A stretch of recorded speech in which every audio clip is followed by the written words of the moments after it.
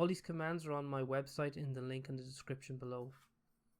SCP is Secure Copy Protocol. It allows you to copy files between machines on a network using encryption.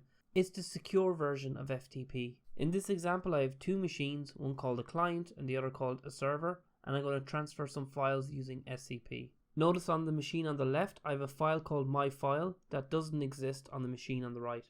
The syntax for SCP is SCP, name of the file you're going to transfer, SSH connection details, user and host name, colon, path to the destination file. When you press enter, you can see the details of the transfer, and on the right, you can see that the file has been transferred.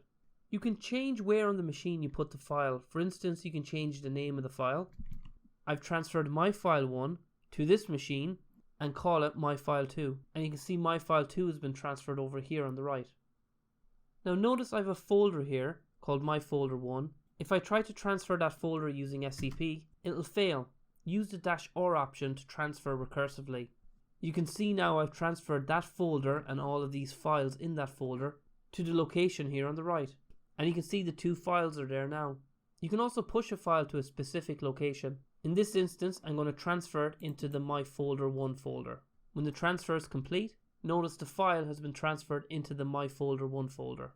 You can also pull a file to your machine. On the server, I have a file called pull file that doesn't exist on the client. The syntax for a pull is SCP, SSH details, colon, path to the file you want to pull, directory you want the file to be copied to. In this case, the dot means current directory. You can see I've pulled the correct file. Other options you can use are the -V. This is for verbose logging, which is useful to debug the transfer. -Q makes the transfer happen in quiet mode, which means you get no information about the transfer.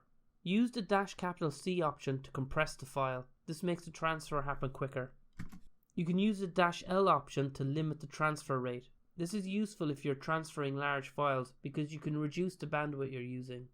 SSH defaults to port 22, but you can change that port if you want. Edit the SSHD config file at this location, find where the port is defined, change the port to a different port. In this case, I'm changing it from 22 to 212.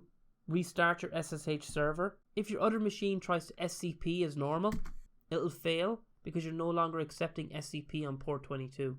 Use the -P option to specify the correct port and the SCP will complete. If you want to copy and paste these commands, you can find them in the link in my description.